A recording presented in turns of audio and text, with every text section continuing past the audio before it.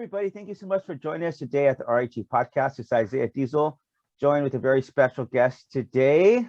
Would you mind introducing yourself? Oh, my name is Jeremy Roberts. Sounds like The Price is Right. Come on down. No, I am Jeremy Roberts. And what is it exactly that you do? What do I do? Oh, I fish because I'm retired. An actor. All right. And I got a very special co-host today, Mr. Jack from Down Under. And How you going, Jack, everybody?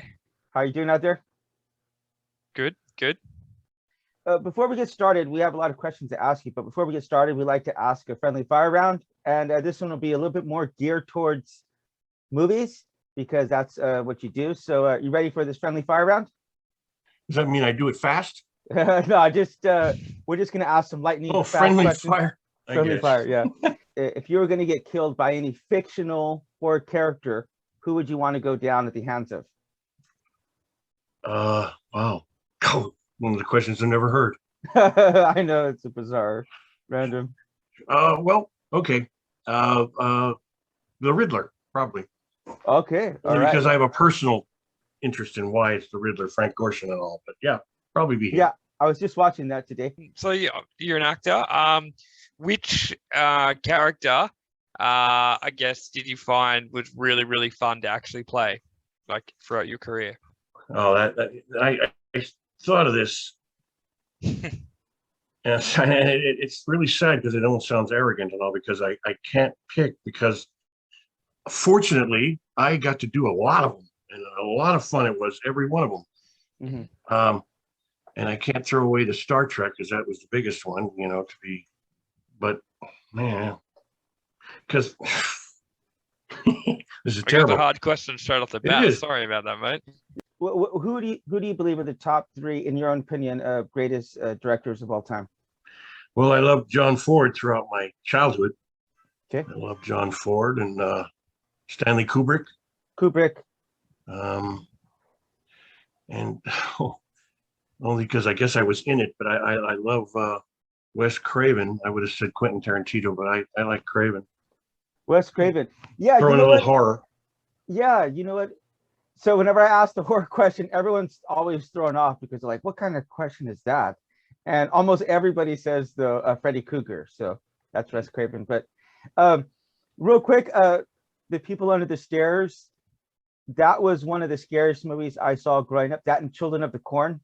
Those movies gave me nightmares because for the most part, with the Children of the Corn, like that could have totally happened, like just kids going crazy or berserk. The ending was a little out there, but also People Under the Stairs, that was like the scariest thing because that could have actually happened, and that stuff does actually happen in the world. So with people and the thing about the Children of the Corn you mentioned is that the first one, my first girlfriend, and when I went to a Valley College in California, I was like 25.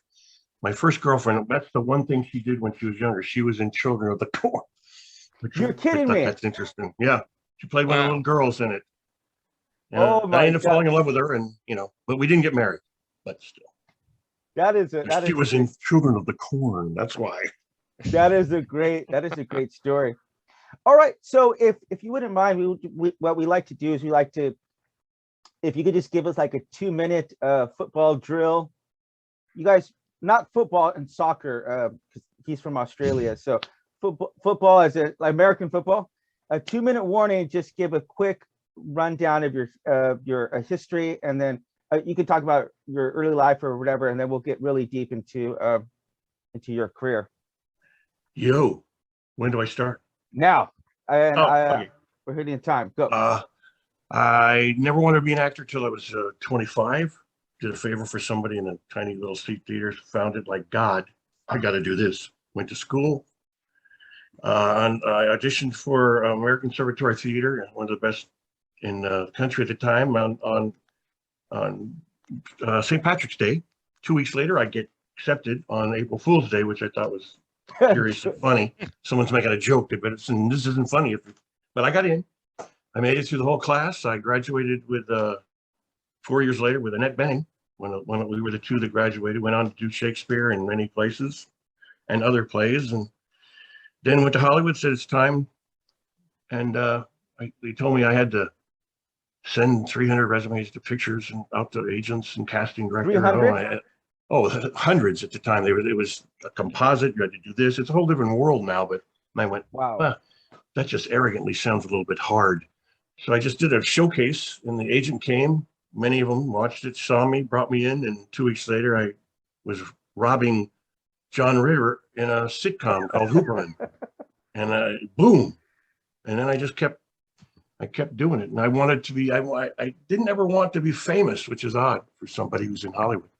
I just wanted to be guest stars. I figured people like Ward Bond and Barry Fitzgerald's and the old character actors, Lon Chaney, they just always worked. You were in everything, and that's all I wanted. I didn't want to be Gary Cooper. Wow. Other handsome guys. Yeah. All right. And let me ask you, Jack, real quick. Are you a Star Trek? Are you a Trekkie, or are you? Is there a name for the Star Wars guys? Is the Force with you? Yeah. Is it what I remember watching like Fanboys, and it was like the Star Trek versus the Star Wars things. I personally, I know this is gonna sound really bad. I don't watch it. I got friends that really get into it, but yeah, I know it's crazy, right? Yeah. It's like Jeremy's like, "Where's the disconnect button? How do we boot this guy out of the Yeah. company?" Yeah. Talk to this person. He has no clue. Jeremy, any chance you ever saw the guy who did Triumph, the insult dog? Oh, is it on the internet?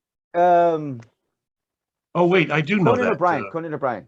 He's a little dog. Yes, a little I have seen it. Well, he goes to the opening of a Star Wars thing, and this is so funny. But the Lanoy, what's his name? Spock. What's that guy's name? Leonard Nimoy. Nimoy. Okay, so he shows up and he's like flipping everyone off. He's going down there. They were so upset that it was classic. So, all Hey, right, you don't make fun of the Spock, man. Yeah. All right, Jack, you got a few questions for him?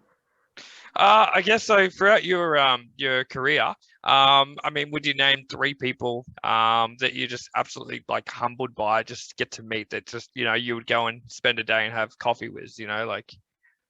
Oh God, that again, I know there's almost probably so almost many, impossible because Yeah. I was lucky enough for my career to get into so many things. I didn't just get a part in something, and it wasn't large, like it's under 5, maybe a small. I could be an extra in it, but like Christmas Vacation, or I didn't just get into a movie about Christmas. Oh, it was a National Lampoon series, or I got into a Herbie Fully Loaded. I got to mess around with the Love Bug when I was a kid. I watched these movies, and here I am getting to be in one, and it's just blow my mind. But I think specifically because I loved Lonesome Dove. I was doing a series in Texas, in Willieville, actually one of Willie Nelson's, his town home, made out for Old Town, and boom, I'm doing this series. I got to meet. I had to ride a horse down through the town, and the writer of it, Bill Whitliff, was friends with Duvall, Tommy Lee Jones, and Robert Duvall, who were in Lonesome Dove, and I loved that. And here they are on the corner watching this shot of me playing this character racing in the town, whipping that horse on the way, just full bore, and I have to pull it up and jump off like I've been doing it all my life. And as usual, like an actor does, he lies in his resume, and I told him I could ride, and I couldn't, but I was going to do that no matter what, because Tommy Lee Jones is over there, and there's Robert Duvall, and Wow. Good and I did it, pulled it up, jumped off, said the line, cut. Great. Is it great for you? Yeah. And I went, yeah, they were watching. It was cool. Then I got to have lunch with them, and it was just a gusher. I'm getting chills. Wow. Yeah, so recently you've been asked to come on quite a bit of podcasts. Is that right? Right. Because I've been retired 12 years ago. I was ready to try something else. And my parents got ill in Alabama, and I went back and lived there for 5 or 6 years, which is the greatest time of my life because I got to be with them. I mean, unfortunately for the last years of their life, but it was wonderful. And then I moved back and was going to start going back into it after a few years, and the pandemic kind of, and then it's going away, and I thought, well, it's time to go back. And put it out there, and my wife was part of a Christmas vacation club and introduced me to them, and Star Trek, and everybody went nuts, and da da da da. Next thing you know, I'm doing a lot of podcasts. They're Yeah. asking, I went, sure. So why are you even asking me? Because my part is like, there is no small part, only small publicists. I realized, but yeah. they're not huge. I'm not carrying the show, and I never really wanted to, but I get Hey. a great life out of it. Speaking of carrying, you did actually carry and throw Jim Carrey. Oh, another great time. Oh, You threw him. oh, I did. Oh, it was fabulous. We had to keep doing it too. I say, how many people can say they threw a Jim Carrey? But watching that Or scene, wanted to. because actually, I've seen that movie many times with my family, with my wife, and like, what did you throw him down on? Because on this, he just gets right back. Did they cut that? Like, was that just a cut, or did you throw him on a mat or something like that? No, the hard ground. He wanted it to be. No, he was a very cushioned fall pad that he was jumping up at every time. I spent 2 weeks on that, and I shouldn't have only worked 3 days, because the director, I had blonde hair, white blonde, and he said, I like that look. So I'm in the trailer for 2 weeks, and they're not getting to me. And they finally get the scene, but I'd already got to spend 2 weeks on the set with this genius who couldn't not be funny. It killed him. I mean, I grew up with Jonathan Winters. I don't know if you remember him. Jonathan Winters was a very, very funny comedian on Johnny Carson all the time, or Jay Leno, and he had his own show, and he was improv brilliant, like Carrey and Robin Williams. Well, we would have days where he would, once on the set of the Copacabana, that old club in LA we were shooting at. Yeah. He is going down these stairs and he starts singing an aria, and I, for some reason, go in with him, doing this "Donne fa mobile," and all of a sudden we're singing, and I'm getting chills on myself. Wow. Fun, Actually, a blast.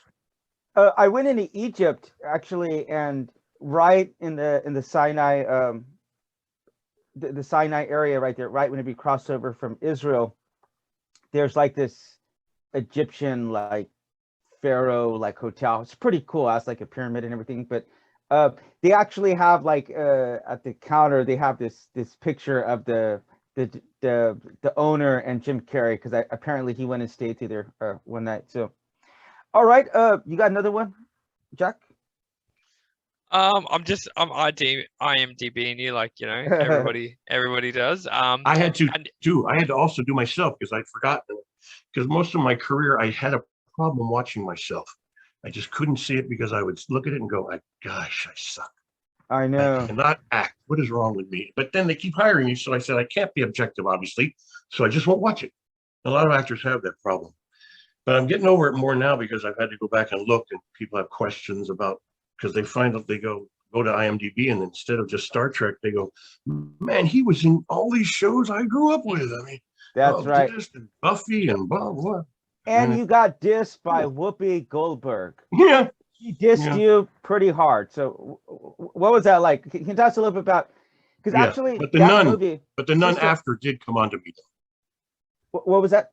But the nun after her did come on to me. Oh yeah, right. So nun. That was a movie that I remember seeing with my family. It was like just one of those parts of my childhood. It was so memorable. But can you tell us any memorable things from that? Any fly on the wall funny stories about that one? I'm sure she was funny too. Oh yeah, early on. I mean, in my career, so funny. I have one, I know, but it just, you think you should be a star, but I never wanted that.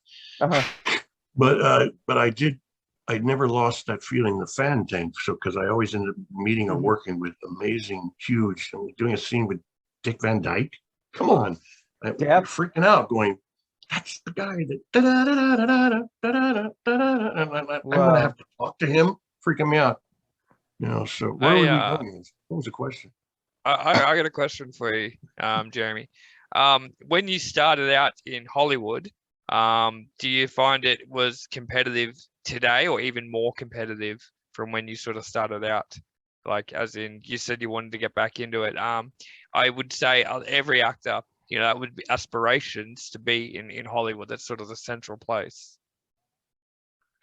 Yeah, I retired, and at that time is when everything started to change. I talked to buddies who are in shows, in series regulars, and they say it's different now.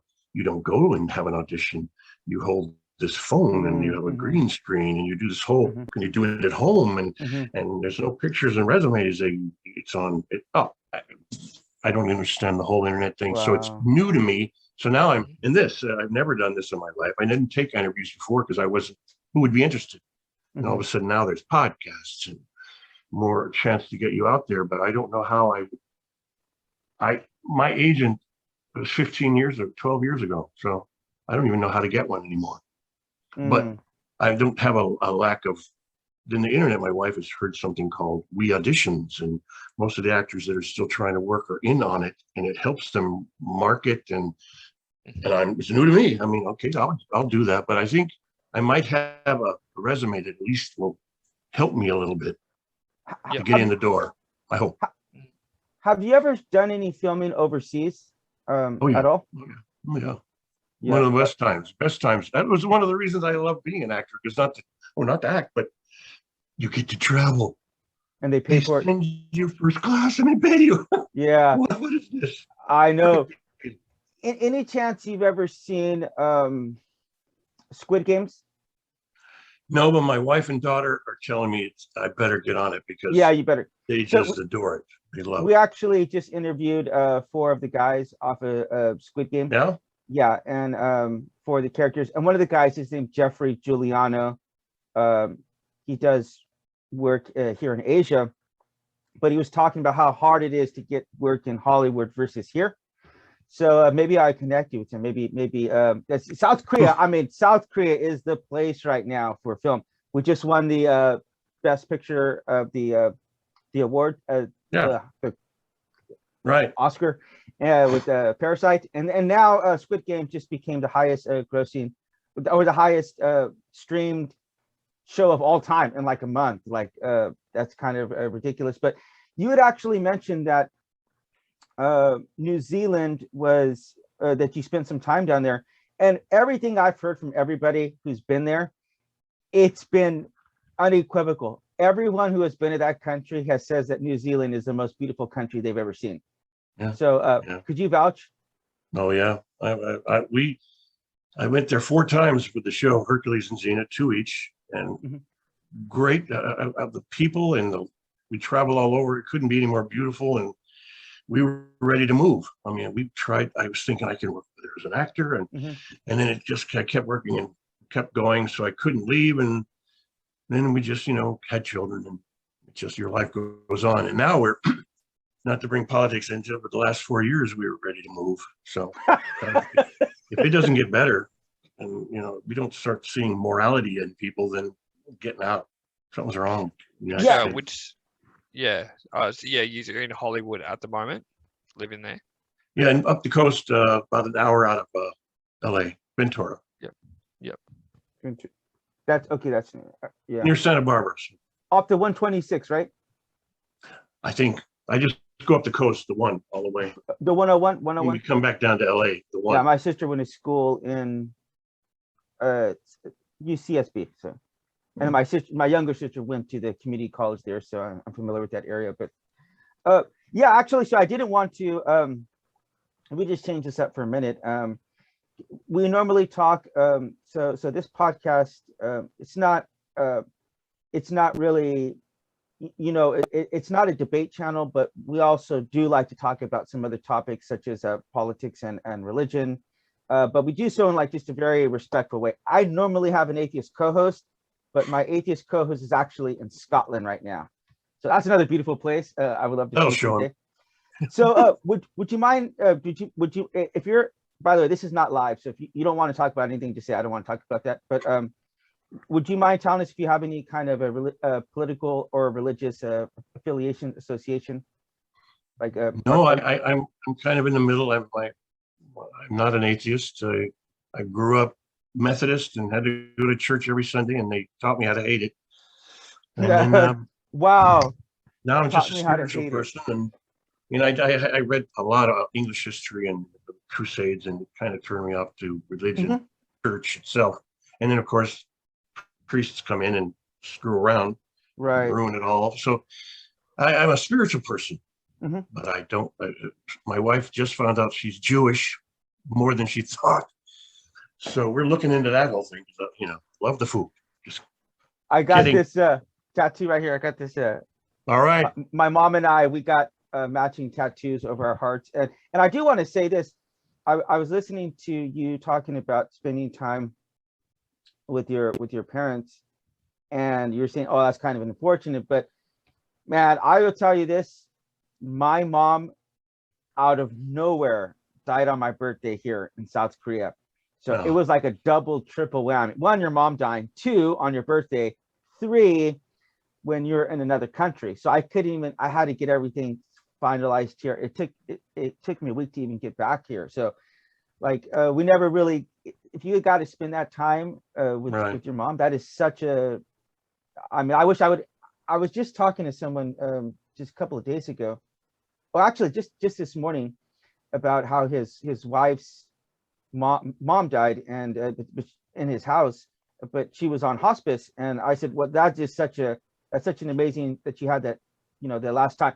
It's crazy how the cycle of life works, right? Because they take care of you when you're can't take care of yourself. We just had our daughter's 3, and you said you had multiple kids. I know you have one daughter. No, I have one daughter. Okay. And I have multiple animals. Animals. Lots of animals. Cats, dogs. We raised horses, thoroughbred horses for a while, and from foal, and then give them off, and then they ruin them, turn them into race horses. Cats, dogs, chickens, everything. But not now. Now it's just down to cats. And Jackie, you got a question about religion or God or spirituality? And no religion. I no politician. I never. When I'm rich, I'm a Republican, and when I'm poor, I'm a Democrat. And so I really wasn't any of them. I don't approve of them because they don't do anything for us. So I generally don't like them, except for the last 4 years when Republicans who are Christians that have values and 10 Commandments believers go the other way and vote for horror and keep it in office and ruin our lives. I have to go against Republican big time. That's my preacher speech. Yeah, and real quick, one thing. We actually just interviewed a former Nazi who was actually one of the people at the Charlottesville protest on the side of the Nazis, like actually got into a fight there. And a gentleman by the name of Daryl Davis. Have you ever heard of this guy? Doesn't ring a bell. He's a black man who befriends KKK and Nazis. And these guys are like, they really like this guy, but through love and compassion, he was actually able to deconvert like hundreds of them. So that guy is coming onto the podcast here. Well, I can only hope that would do. Yeah, I can only hope. It is very discouraging to start seeing in 4 years. It seemed like a country going back to the 60s. And all of a sudden, what? We do talk to a lot of atheists on the channel, and so I've asked them, like, what is it like if you're kind of like, oh, I'm not sure if I believe in God, or I'm not sure if I don't believe in God. Like, let's say you're an agnostic, you're kind of like in the middle, and then you have Christians going along with that kind of behavior. Like, does that just kind of say like, this is probably not the right way? Do you have those kind of reactions? I'm not sure. I'm not sure if I got that right. Agnostic. Agnostic means you like don't really know. Believes there's something, but you don't know what. And that's more of an agnostic view. Like you believe like a higher power, but in your mind you're not determined. It's not, it's not a Jesus, not Allah. I'm more of the belief that says you can put both of them together if it's possible. You take science and Christian. I mean, maybe it took him 6 million years. You want to call it 7 days, fine, but it took God that long and that many mistakes. And he finally got it from this to amoeba to frog to person to ape to man. That's how it happened. Wow. And they could both work together. It just took him a lot longer than you think. And he's not, if you read the Bible, it says he did this of you. And Adam and Eve, we're going to go by the Bible and believe it all. Then he said, you've got your own free will. Mhm. and you don't want to do what I say, then you're on your own. And Yeah. that's what's happening. And constantly trying to say it's a miracle. And the devil did that. Yeah. But I get Christ, that. he would never kill millions of children with cancer. Come on. He's not helping us anywhere here. So stop it. I mean, I don't know. So there might be some kind of there is also like a term which is called a deist, which is like you believe in God, but then you kind of believe like, okay, maybe he just stepped away, or maybe he got occupied with something else. So there are various different degrees of belief or non-belief. But we do want to get back over to film, and I do want to ask you something. Why do you think that film is so powerful? There's something special. There's something special about music and film, and what are your thoughts on that? Certainly moves me. I mean, Mhm. have you seen Rudy?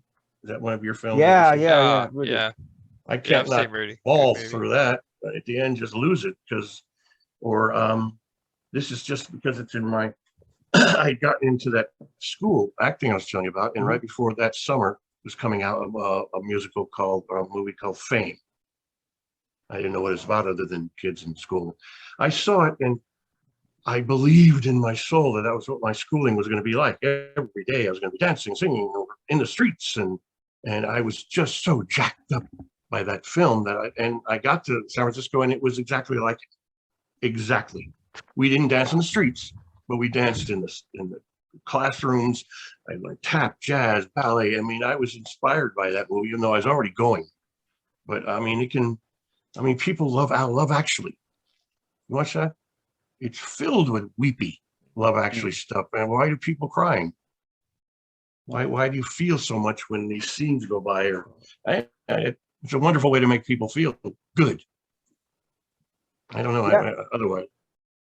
Yeah, and I was talking about music, and music helped me with a lot of depression in my life. And actually, Jack actually can see the drums right there. He's got him in the background, but Oh, I did. It's packed up. it's backed up.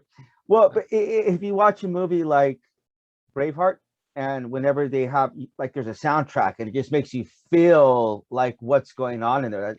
That's so amazing, right? And when you have music and a soundtrack that is ruining the film, you can tell the difference between that. Turn it off. Why do you have so much music? You don't trust the acting? But then when they can put in something like The Godfather does, and you just amazing. I got a very interesting question for you, Jeremy. Now, myself, I'm a bit of a movie buff. I like a lot of the 80s, 90s. I watched a heap of films. And, I guess in a sense of it, if like I spent a day, on like the set and sort of seen it, like I tend to get immersed in my movies, and that's what the industry, that's why, movies are created, to be immersed in. But sort of being in the industry, sort of knowing behind the scenes, does it sort of take that little bit away when you sit down and watch a movie, like some cool scene, you kind of go, I know kind of how they did that. Yeah, I guess what I'm trying to say, it's like, if I see this crazy scene, I think that's just phenomenal. Like, but if you sat next to me and seen it, you'd be like, they did one of those with this sort of trick, and like it's green screen these days. Right. Yeah, green screen. I haven't. My marriage has stayed alive, but not because of my lack of interrupting everything that's on. Hey, you see that guy behind there? He just moved his head to that. I did a show with him. That's above that castle. That's not even there. Oh my god! Oh my god! Oh my god!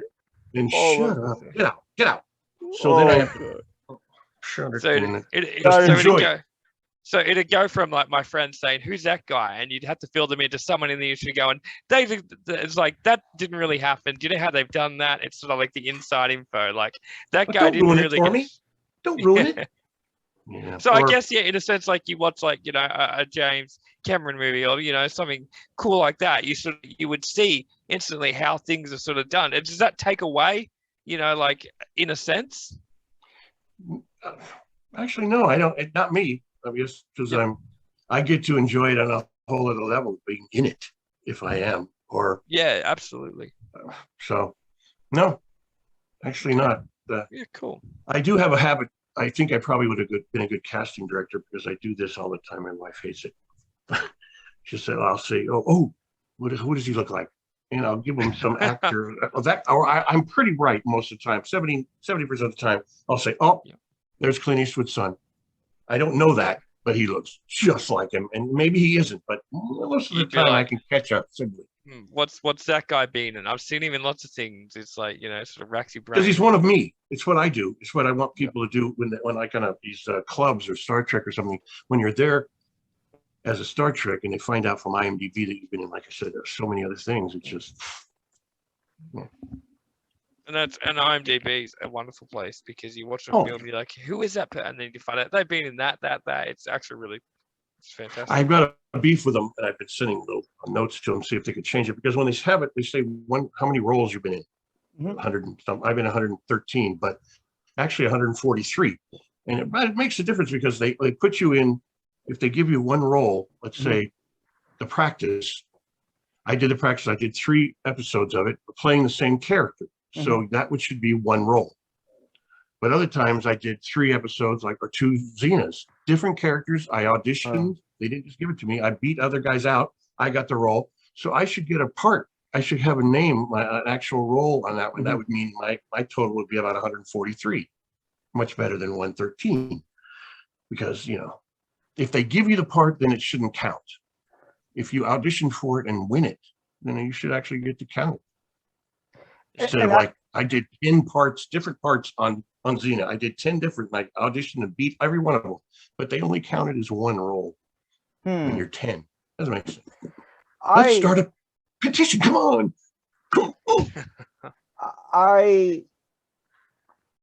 Last month I went out to eat some Taco Bell here. I am Mexican and we do have Taco Bell here. That's about as close to Mexican food as you can get here.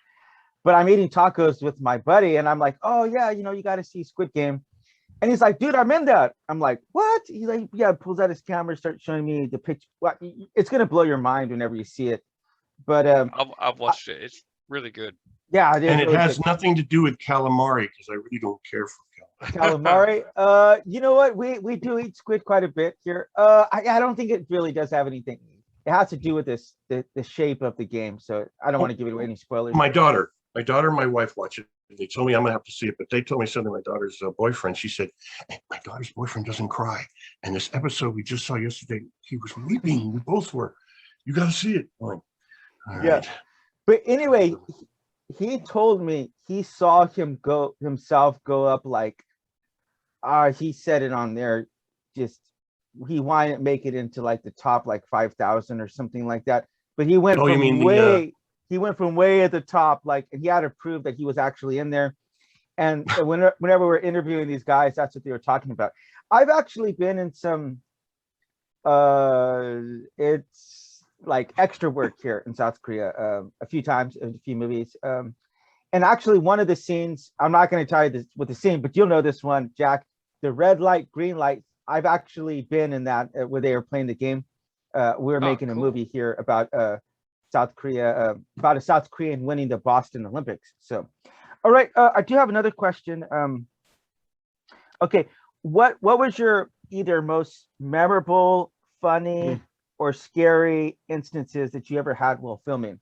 Like there's something either something dangerous happened or something really funny happened. There wasn't what was his name recently? With the gun. Oh, the gun. What was I'll tell you his name. Alec Baldwin. Yeah, that's oh right. God, Yeah. oh God, don't go there. Yeah, that was horrible. But I did this wasn't one of my incidents, but you bring him up.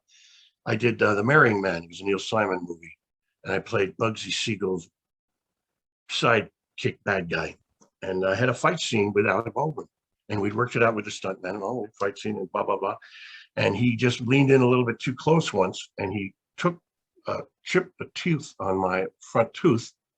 And of course, the whole place blows up and he gets all upset and he runs. And rightfully so, he was all freaked out about it. And I'm like trying to say, it's okay, it's just a tooth. Just, everything's fine. And he was so upset. I can imagine what he went through after just the chipped tooth. How, I mean, to shoot somebody is just probably killing him. Yeah. And probably making Trump very happy, though. What's crazy? I know, right? But it's crazy because Brandon Lee. Brandon Lee died in the same circumstances. Yeah. And you would think, I mean, with as many things as they can fake, you would think that they would find a way to either have the the end just totally closed off or something. But like one time, everyone could dismiss one time, like with Brandon Lee. The second time, that is so not like acceptable, you know.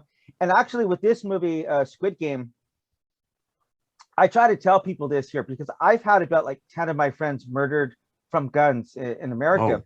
Yeah, and I've tried to tell people, like South Korea, you could walk down on the streets at 4 a.m. and you're not going to see people free basing, or you're not going to see people tagging and stuff, guns. There's nothing like that here in South Korea. So the director of this movie, he wound up saying, I think he said this in an interview, that he's never even seen like a real gun. The guns that they had on there were like just totally plastic and totally fake. You know, you can't just go and get access to guns here in South Korea. It's like people just don't have access, you know. It's like here in Japan, you can't just walk down and go. It's the same here as Australia. We don't have guns. Only people that are like obviously have property to kill rabbits and kangaroos. But we have states that allow them to carry it. And here, states that can carry it and brandish it. It's okay. Say you're going to take it to a car lot, protect from violence, and then shoot people dead and get away with it. Like for instance, my dad, he does clay target shooting. He's got a safe in the laundry that's bolted to the floor. If he has to transport them, like it's 5 minutes to the gun club out the road, where I'm in a little country town. It's got to be in a secure, like cabinet. He cannot take it out of his car and just, unless he's actually there. He can't just be like, I'm just going to go in the post office, or, be carrying anything like that. Like it's very strict. Yeah. Wish it could be that way here. Right. So I do got a question for you, because actually one of the, you'll see this in the movies, they have to wear these masks. Everyone's wearing a mask, like in the show. But one of the guys who we interviewed said, like, I'm not going to walk up these stairs with this mask on, because they said their field of vision was like looking through your fingers, like a fist right there. So they had to accommodate these scenes because it was dangerous. So have you ever been asked to do something dangerous, or like just seeing just stuff go down that's like really not safe? Because usually I'm trying to ask somebody if I can do more. I do fight scenes. I'm asking, come on, let me go through the window. And it's like a Western. Come on, I'm gonna fight under this horse. I can do all. No, it's insurance and Hey, you did go through a window though on the 13th floor. All right, yeah, but I didn't get to. Oh, someone else did. Okay. Your stunt double. That was Gretchen Mall, man. God, is she not hot? Oh my God. She was like before Angelina Jolie-ish kind of. Oh yeah. Oh. I think she's. Kim Basinger too was up there. What was that? Kim Basinger in the Marrying Man I did with Alec Baldwin. I got to come on to Kim Basinger, and she is one of those that just. Yeah. You can't talk when you're looking at her. I got to come on sleazy, like you're gonna be with me sometime, sweetie. And try to kiss her. It was. I'm apologizing the whole time. Wow. Because she's so sweet. Yeah, that's so interesting. Actually, one thing about Gretchen Mol, which I really respected her for, she was having a decent career, but then she had some kids, and she's like, look, I'm not going to do this Hollywood thing anymore. If there's something locally, I'll do it. But she prioritized her family over Hollywood. And I've heard of a few. I think Ralph Macchio too was like that as well. He had his family. He's like, I'll do some work, maybe some small work, but I'm not going to. This Hollywood life it's a little bit too crazy and chaotic. But yeah, oh my God! And did you ever see the movie Rounders? Oh, the one with Edward Norton and the card thing, right? Yeah, Edward Norton and right. Yeah, I do this all the time. Look at my wife. Yeah. You probably. She's in that movie. She's in the movie as well, and she plays the guy's interest. Good Will Hunting, Matt Damon. Okay, Matt Damon, Good Will Hunting, and yeah, she's stunning.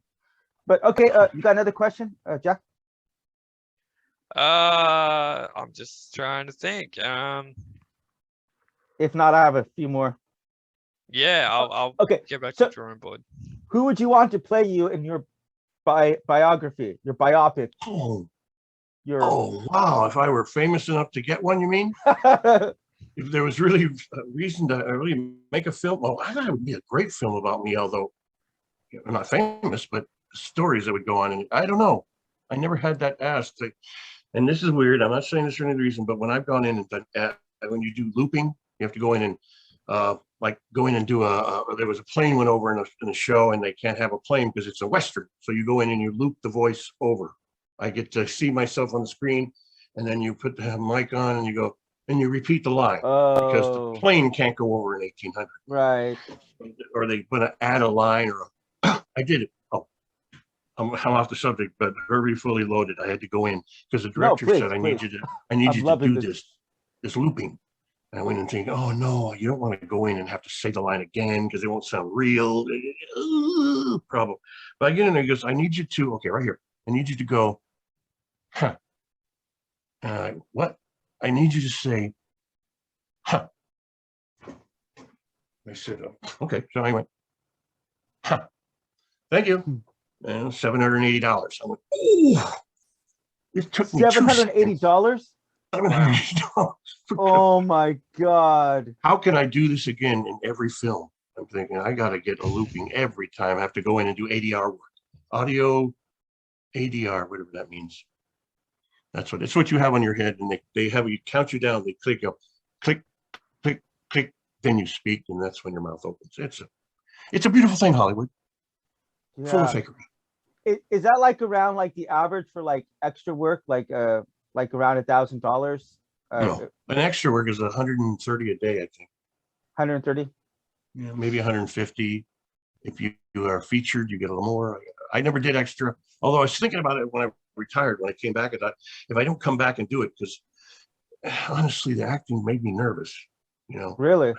Stomach, you know, like in the theater, it went away the minute I got up there. But in movies and TV, you're there for a long time, and you're in the trailer. And some people like to continue to be that, but you know, you can't be a serial killer all the time. It just wears on you. You know, so you've got to do other things. And then, oh, time to come back and be this guy. Yeah. So Well, in a sense, there's been a lot of good, great career. Any bad, like is in Hollywood, like you've noticed sort of the like, what would you say would be like sort of the bad side of Hollywood? The bad side. Oh, you don't mean directly in the streets. You mean the actual business. Why is this doing over here? Yeah. Get this down. Nepotism. Bad?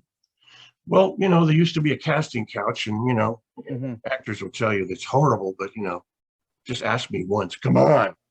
I never got anybody wanting to put me on the couch and give me a role. But I mean, the impossibility that 95% of the people that make it, that come into Hollywood, 95% will not make it. This is from SAG. And if you can get past that incredible part of it, then you're all right. And you get over the constant rejection, it'll be fine. You won't have, and don't let it affect your life because you're not getting a part, or they don't love me. You know, I had to immediately upon finishing an audition, I was gone and it was over. Like everybody asked, how'd it go? I went, oh, I don't need to do that to myself. And that made it much better when they call and give you the part, though. But okay, Marlon Brando said it's the best job in the world you'll ever have if you work. And if you don't, it's the worst piece of, and he, Yeah. So that's about what Hollywood is. Yeah. And actually, I think it was you who said, and the other 5% are waitresses. Was that you who said that? Well, it is. Okay, it's 5% will make it, and 5 will be waiters or whatever, another job while they try to, and it's just the facts, and it blows, you know, but if you can pass it, get by it, do it. Well, I've also heard it said that stars aren't born, they're made, because there is kind of like, or as they always say, it's not what you know, it's who you know. And so there's I just know, I know this from some other stuff, that there's just like a lot of nepotism that takes place, you know. Oh, huge. What is there, you know, the mamas and the papas, the Mackenzie one that Phillips. did a series, the one of the daughters did a series, One Day at a Time. Okay, her. The drug habit. Mackenzie Phillips. Right. Actually, that whole drug habit actually stemmed a lot from her father, because she actually had like, I'm not sure if you read her book, it's called High on a Revival, but she had like an incestuous relationship with her father. And so like as adults, and it was a lot of it was fueled like with drug abuse and stuff. So they were using drugs together actually. But anyway, she talks about how she got into acting, and she was talking about it just for no other reason than just her dad. It was who he was. That, you know, like God, and I'm sure you've been at some of these parties where like, you know, you don't need a name drop, but you got this person over here, this person over there. And she's like, yeah, like I'm like Paul McCartney is at my house, like doing brownies or like whatever. She tells all these crazy stories. She drops, I mean, some people were upset with her because she did a lot of name dropping, you know, and that's pretty brutal. But I'm telling my wife to do the same thing for years now.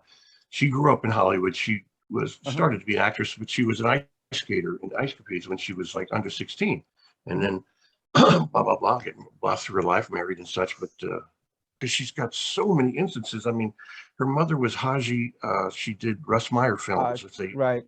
She did those busty women running through the desert, shooting men in fast cars in the 60s. You know, actually, I have a poster of her.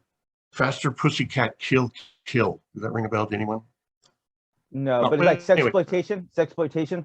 Sort of. It was the X-rated, but really it was R. But yeah. Anyway, and she has all these stories. She was taught a song by Cat Stevens. I mean, she grew up with Herbie Hancock and all these other, like you say, the guy next door is a star. Her mother dated everybody in the world, and her mother at some point was going to marry my childhood idol, Frank Gorshin, who played the Riddler. The Riddler. I grew up with him. I grew up with Star Trek. That's how it means so much to me. No way. The next thing he did was 50 years later, I'm on my deck of my house in a pool having a drink with the Riddler. And he's talking, I'm dropping names, but it's freaking making me weird. It's so amazing. He's on the phone talking to his friend, Tony Bennett, seeing if he can sing at his wedding. Singer?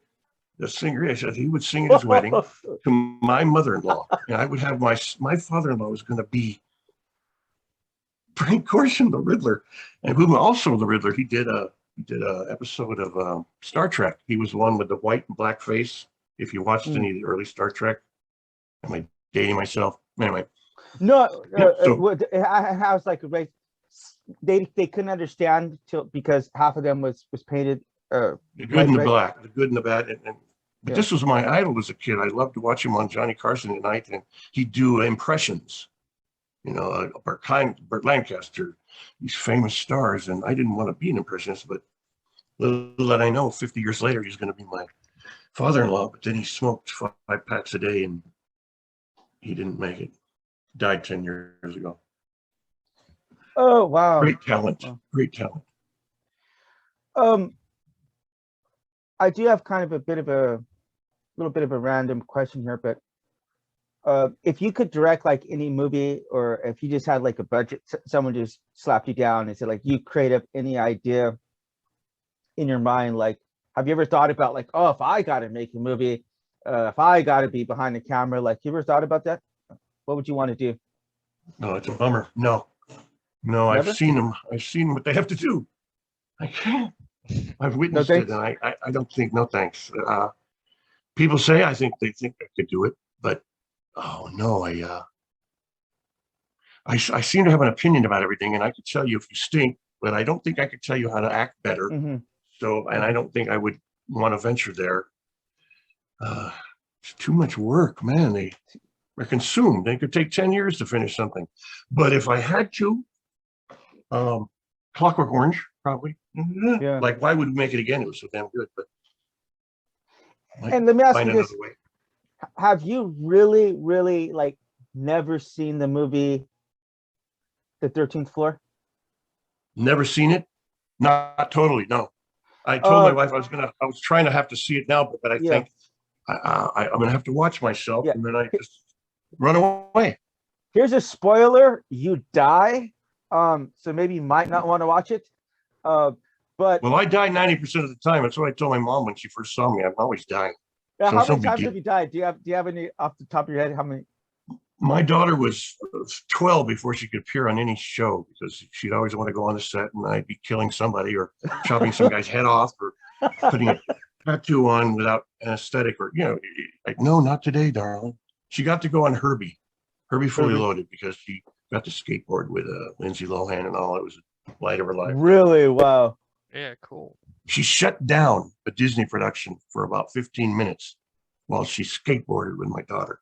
You could just see crew and everybody like, I'm like, not my fault. Not my fault. She said to bring her on the set, right?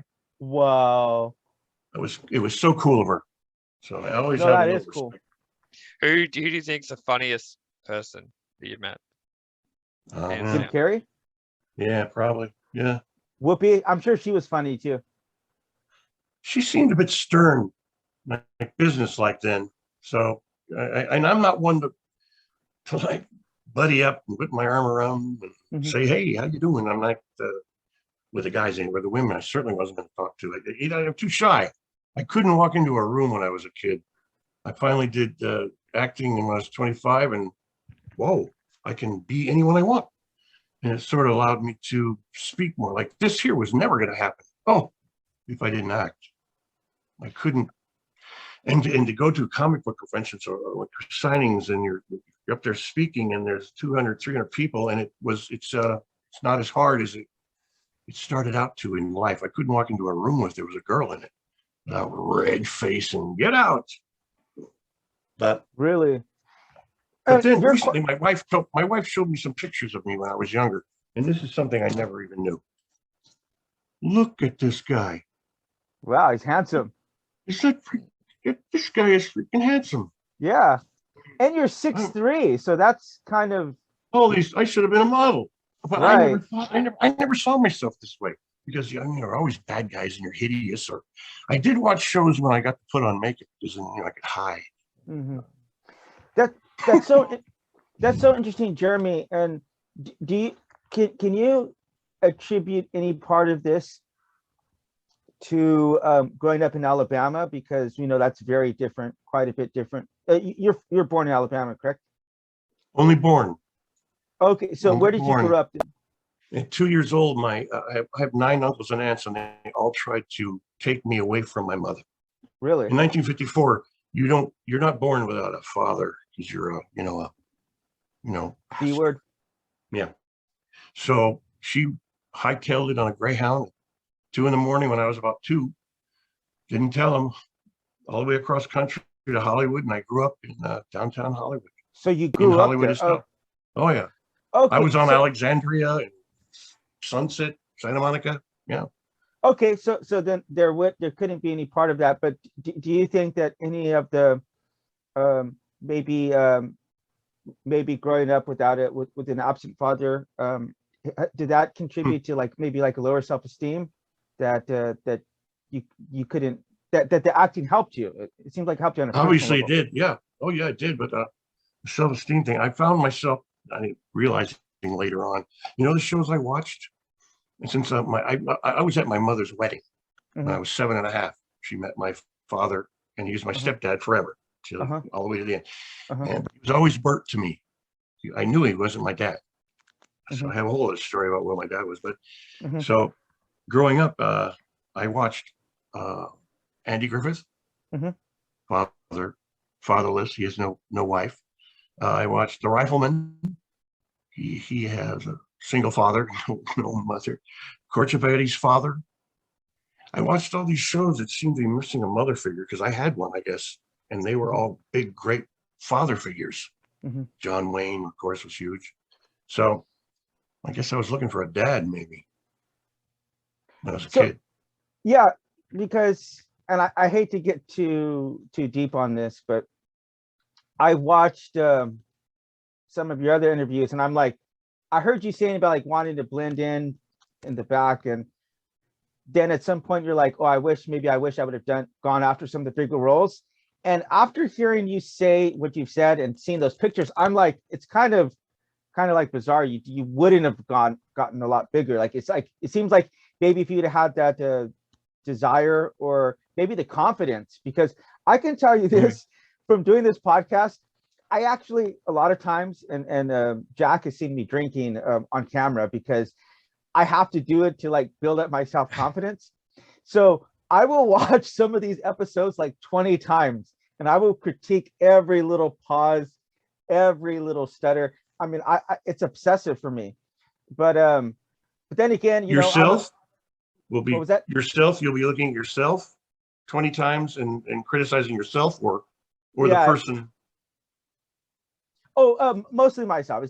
Yeah. I mean, the other person as well, but the point is that well, a couple of things. I mean, I'm a lot shorter. I think that might be contributed to, but at 6'3", I mean, you couldn't even you couldn't even fly the planes like as you wanted to in Vietnam. Right. So I mean, that's usually one thing that really adds to someone's confidence. So do you think that there was maybe like a confidence issue? Like if you look back, retrospect is 2020. So you look back and you're like, man, I probably could have gone, you know, for some of these bigger roles if I would have, you know, truly wanted to pursue that. Because if you were good at acting on stage, a lot of actors in movies couldn't do acting on stages, right? So it seems like you had the whole repertoire there.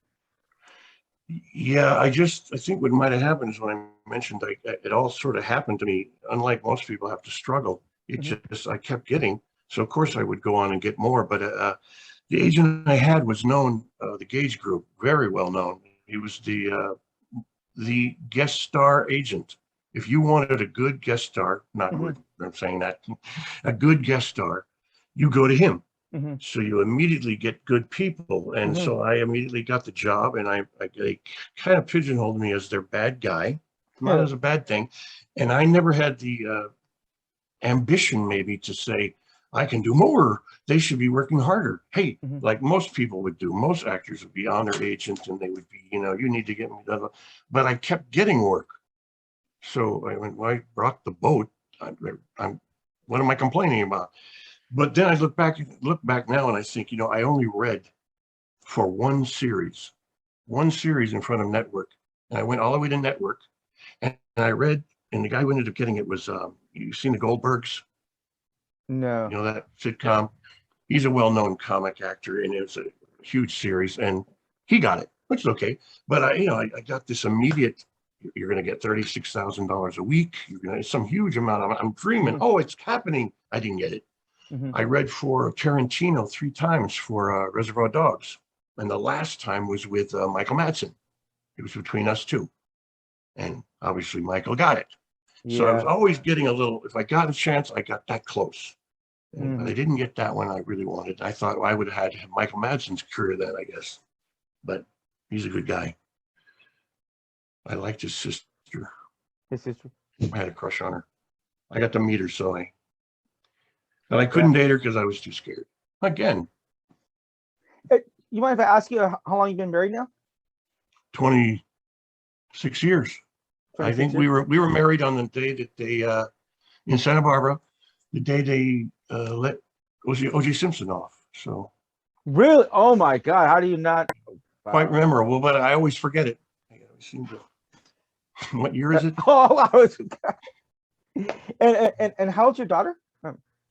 She's 25 now. 25. We were going to have others, but it just didn't work out. So, but then I realized how hard it is. I don't know how my mom did it with 4. Well, listen to this. I was married to my wife and we got divorced after 1 year. I was alcoholic, womanizer, very bad person. Moved back to America, found Jesus Christ, came to Jesus Christ, came back to South Korea. And on the very first night of reunited with her, she got pregnant with our daughter.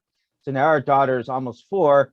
We've been trying, and I mean, we've been trying to have another one, but it ain't happening. So yeah, 1 is pretty much a handful in and of itself. And actually, they don't have any books, you know, like what to expect when you're expecting, you know, that works for a while, but there's none that give it to you when they're in their 20s. Oh man. You know, the extra company you work for sort of pigeonholed you as a bad guy. And I kind of have been chuckling to myself. I'm like, well, you're not, like, you know, you think about like some of the bad guys, like Ray Liotta, whatever you say, you know, he's always known as that.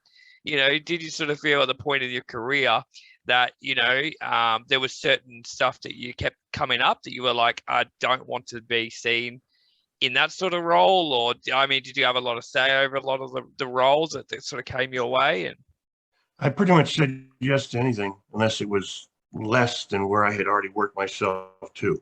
You get to work Okay. up to a point, and Mhm. after a Yeah. few times, my resume in the beginning got me into the casting person because it had American Conservatory Theater on the bottom, and that was like Harvard law to a Wow. resume. So that, oh, you got to be able to act. So I got me into Right. the audition, and then I'd get the job, and I'd start coming back to those people. And then after a while, I never had to audition to the casting anymore. I go right to producers, and it was just either me or the other four guys, down to from 100 they were looking at to us two. So I got to avoid all that.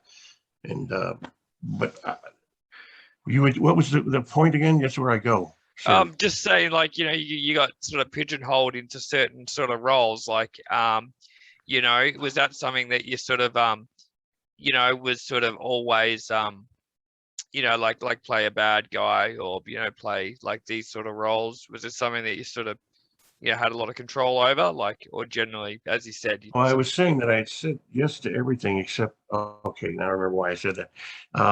I got offered a role of a rapist in Con Air, and friend of mine, everybody's a friend once you talk and have lunch with them, but Steve Buscemi's role? Was that Steve Buscemi? no, Danny Trejo. Okay. Yeah.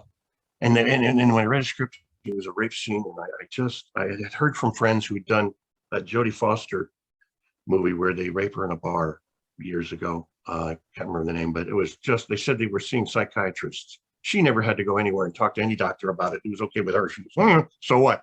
But they had to do this scenes, and it just ripped them up and made them nuts. And I just don't want to, there's no reason to have a rape scene. So I said no and passed up the huge money. And then, I see the movie and it's not even in there. They edited it out. They cut it out. Wow. They even did it. And I went, I'm not going to say no anymore. Yeah. Actually, I do want to end off with one last question. You don't have to go into too details of this because I know this is a touchy topic, but my mom is actually a Vietnam veteran as well. And she actually serviced a lot of the guys who came back. She suffered from PTSD quite substantially in her life. And you've done, it seemed like a lot of like warish or like Xena or whatever, where there's at least something going on like that. Has any of that ever triggered any of the stuff maybe from your past? Has any of that, like, either explosions or only, but not related to doing films, but oh shoot, I never got any of the war films. I couldn't understand. I'm a 4-year Marine Corps Vietnam veteran, and I can't get on tour of duty, or I can't get in Forrest Gump. Come on, it was just, it didn't make sense to me. right? Like, I would have so much to offer. I mean, anyway, but I didn't get to. But I remember seeing a play once before I started acting, and it was a war play. I don't remember what it was, but then all of a sudden, at some point, they had placed speakers under the seats, and these chopper sounds started, and I fucking started sweating. Oh, I'm sorry, I started sweating, and I assumed it was probably from that. Yeah.